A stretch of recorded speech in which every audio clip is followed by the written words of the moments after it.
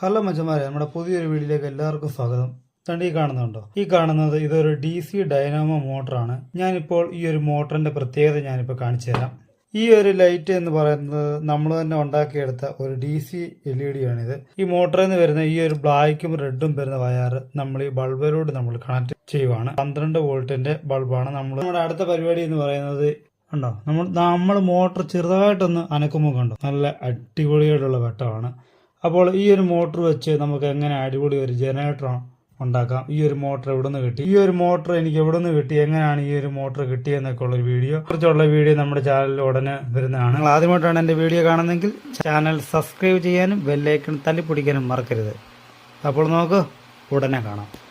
അങ്ങനെ കഴിച്ച് നമ്മളങ്ങനെ ഈ ഒരു ലൈറ്റ് നമ്മളങ്ങനെ കണക്ട് ചെയ്ത് അങ്ങനെ എടുത്തിട്ടുണ്ട്. ഇനി നമുക്ക് മോട്ടർ പിതുക്കെ നമുക്കൊന്ന് കറക്കി നോക്കാം.